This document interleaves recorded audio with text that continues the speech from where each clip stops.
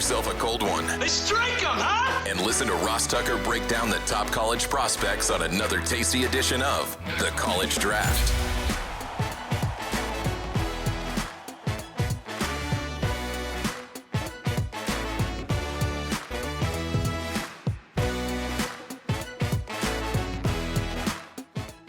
Yeah, it's Daddy Soda time here on the College Draft Podcast, presented, of course, as always, by DraftKings. So whether you're playing best ball at DraftKings or you're placing a little wager at the DraftKings Sportsbook, use the code Ross. I am Ross Tucker, former NFL offensive lineman, 5 teams, 7 years. Most of you know that. I thought Manti Te'o was phenomenal on today's Ross Tucker Football Podcast. I'm guessing most of you listen to that one as well, or you watch youtube.com/Ross Tucker NFL.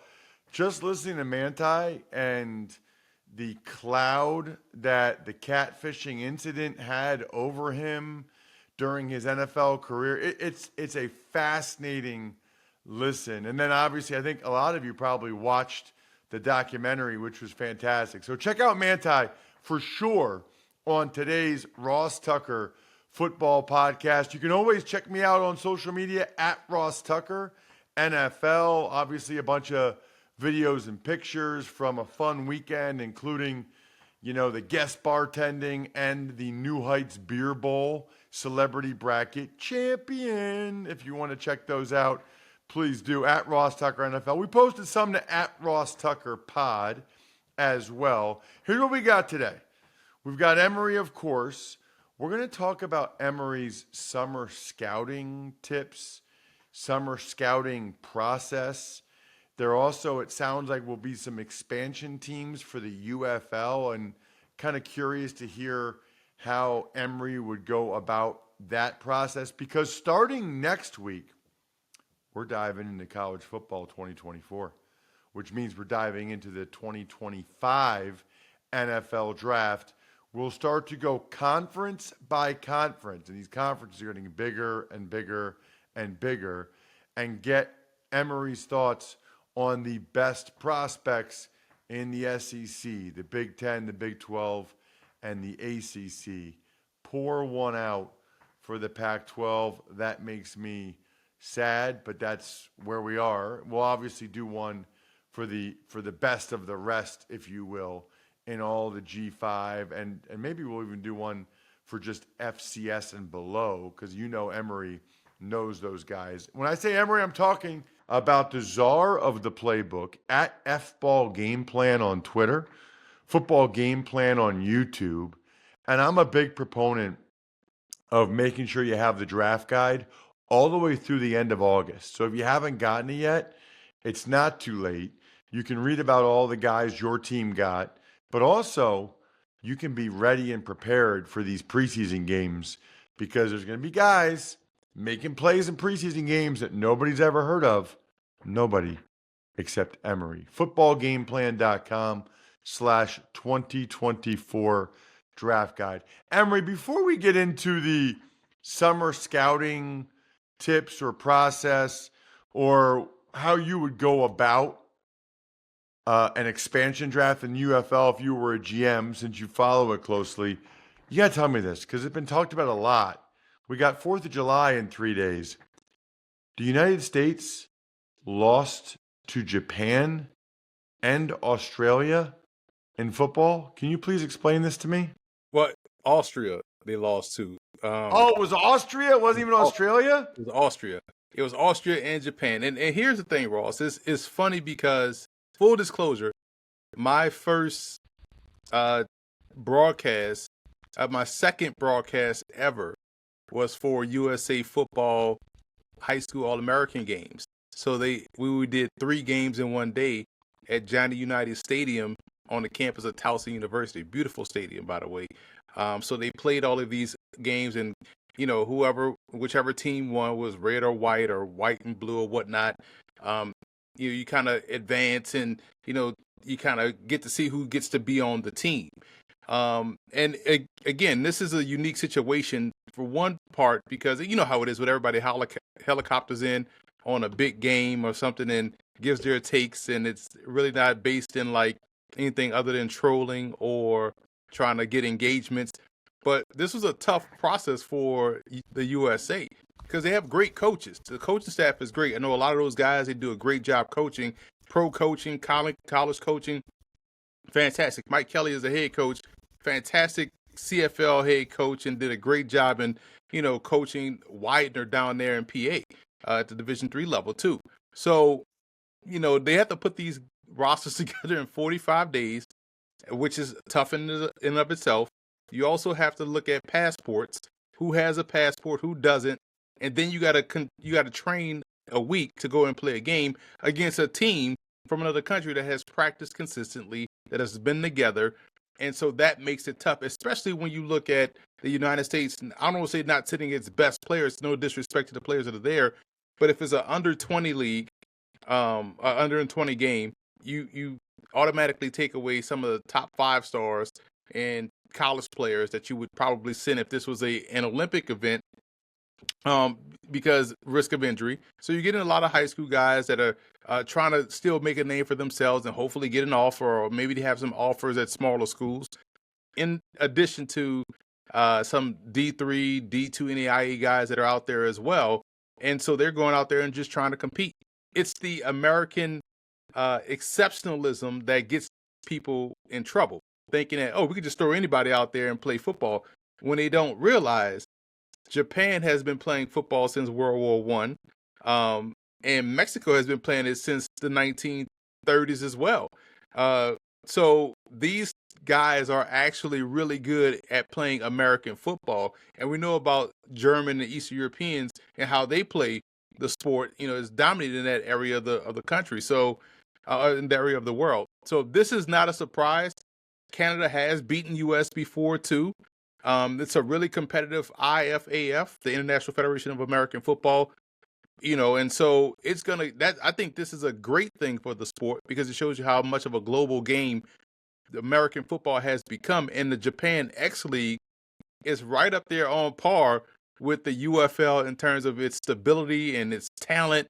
There's a lot of talent there. There's a lot of talent in the LFA in Mexico. So we are slowly becoming a global game. And so Austria and Japan beating the U.S. is actually a pretty good thing. Well, that's a good way to look at it. Okay, that's a glass half full. I'll take it. I thought it was Australia. I didn't know it was Austria. I thought I read where Australia beat us. No, it was Austria. And here's the thing too. When you watch the games, you see how important point of attack play is on both sides of the ball. And just thinking that you can go out there and roll a team out there and beat other countries, it's tough. We've seen this in basketball too. Remember how the Dream Team came about, dominated, and then everybody got caught up to basketball around the world, and the next thing you know, we try to send our third best guard or third best small forward or wing, and we get beat by teams, and it's like, wait a minute, like, when did this happen? And so I think that's what's happening with football.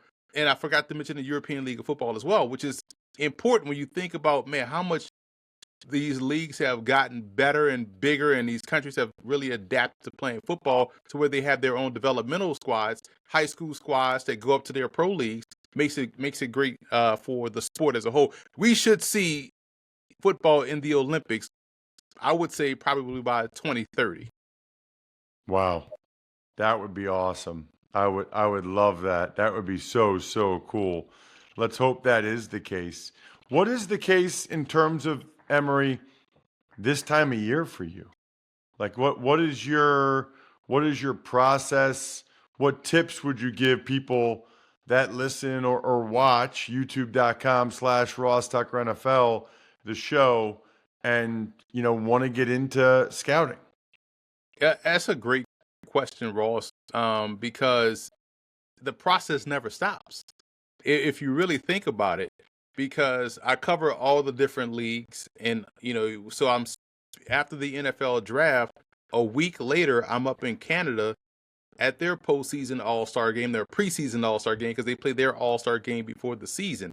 And so when you are at the U Sports East-West Bowl, getting a jump start on the 2025 draft, you're really keeping your blade sharp. You're seeing what the top Canadian prospects look like, and you're preparing yourself for the season. But the truth of the matter is, if you're doing the scouting properly, you already have earmarked a bevy of talent prospects for the next class. So, for instance, you call games like I call games, and you're watching the game or you're broadcasting the game, and a dude stood out, and you're like, man, that dude's nice. And, oh, he's a sophomore. Okay, let me. And then you call another game. Oh, he's a junior now. So you already kind of have a running catalog. It's why we're able to tell people ahead of time about a guy like Jayden Sherton, or Chase Edmonds, right? It's like, so that's why I find it fascinating that you kind of see everybody talking about the running back from Boise State, and which is fascinating because if you were watching, it's not like Boise State just started a program, last year, but this time last year, everybody was talking about Ollie Gordon, and during all the season, everybody was talking about Ollie Gordon. So now all of a sudden, everybody's saying this Boise State running back is the best running back in the class. Why was he one of the best guys that you talked about the previous year? So you wonder about how people's process is, or whether they just start right away. But if you're doing it the right way, in my opinion, it constantly rolls over. So you have your already your pre-list. You're getting out there, going to meet coaches and talk with coaches, and then you just kind of watch guys over the summer. Because to me, summer scouting is fall scouting, is spring scouting. If you're doing this, that's how we were able to get on the Anthony Richardson is my QB1 back in July when he only played like 9 games, right? And people were like, he hadn't even started yet. How could you say he's QB1? And then you fast forward to after they played Utah, it was like, oh, yeah, he could win the Heisman and he could be a number 1 pick in the draft. Like, well, that's all scouting, right? That's understanding how to watch it and what you watch. So I have my list. I go through the different conferences. I have what I was able to ascertain the previous year. And it kind of rolls into the next thing, because when you're watching prospects, you're also building your database for the college football season in terms of like, man, okay, Central Michigan has so-and-so, they were good last year. Wow, they had this guy, all these guys are sophomores and juniors. So by the way, while you're grading prospects, you're also prepping for the college football season. Then you're also prepping for the NFL season as guys go to the pros. So it really rolls into one, but it does start with the 2025 U Sports East West Bowl. That's the start? That's the start. That's the starting point for the calendar, but you kind of have all those things built in. Because people always ask like, well, how are you able to keep everything, manageable and understand? Well, if you think about what we do, it's like, hey, we watch a lot of college football throughout the season. We're constantly taking notes. And, when guys that, let's say I put out a draft guide that's 1,000-something players, right? Not all 1,000 are going to go to the NFL. So they'll go off to these different leagues. So by, osmosis, you already know a lot of the players in the other leagues because you've scouted these guys thoroughly. But so it never stops. Like you'll never hear me say, "Oh, I need a break from football," or "I need a break from." I'm glad that we have this break from football because football is you need time to miss football. Now, football is constantly going, and those that are on top of the evaluating process, like these pro scouts are, that's how they get keep that blade sharp. That's why they're always able to understand who's coming down the pike, and so. My long-winded way to answer the question is the fact that you have if you're going to do this, if you want to be in scouting, you have to always be working. You have to always have that blade sharp, and you have to really take copious notes of what you saw the previous year. So it kind of gives you a foundation to jumpstart into next season and always build something for the future season. So it makes your job a lot easier, and that's how you're able to get through so many doggone prospects. It's interesting too, Emory, because I've heard NFL teams talk about it and they call it a 14-month process because I guess, there's a lot of guys after the combine in February that March and April, they're looking towards the next class. I know that was a big thing with the Patriots is that, they were always pretty far ahead looking already at the next class. They wanted to have an idea of what the next class looked like in general for this year's draft. They wanted to have some idea. Okay, listen, we don't need to force it. If we need a D lineman to replace so and so in 2025, let's say, should we draft them this year? Well, no, next year's draft is loaded with defensive linemen. So maybe don't force it this year for a guy that's not ready. So that actually happens a lot where they're kind of looking ahead.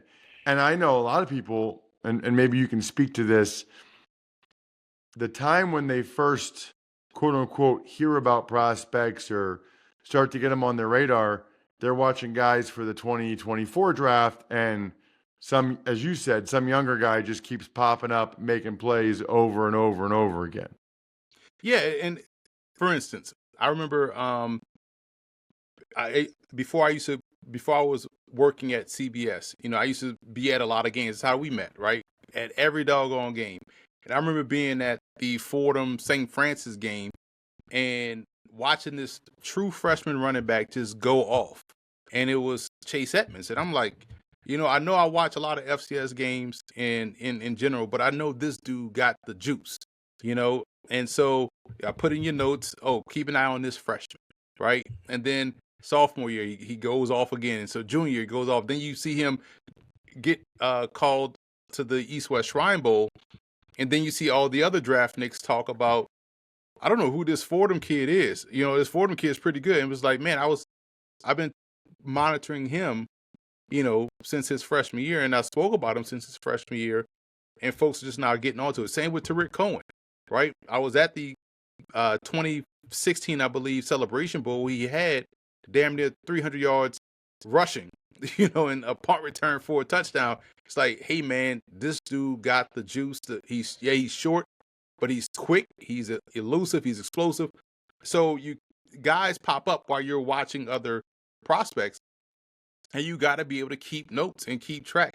And if you're, siloed into your own thoughts and not swayed by what other people think or what other people may say, or just trying to, have the same list as everybody to look like you're busy and working, then you'll stumble across many good players across all aspects, even guys that may be on the bench, right?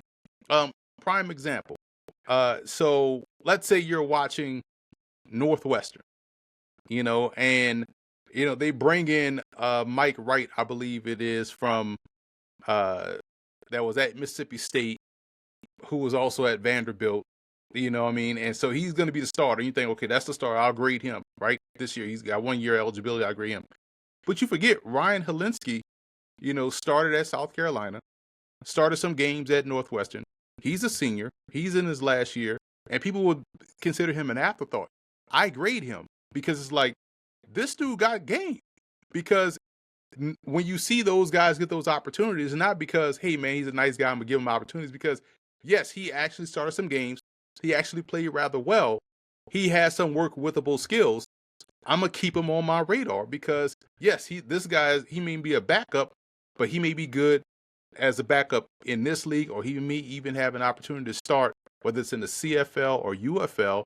And then you kind of like, okay, I can see where this guy can fit. And just because he's a backup doesn't mean he won't get an opportunity. Because he does have some skills. And so you kind of have to look at the entire roster.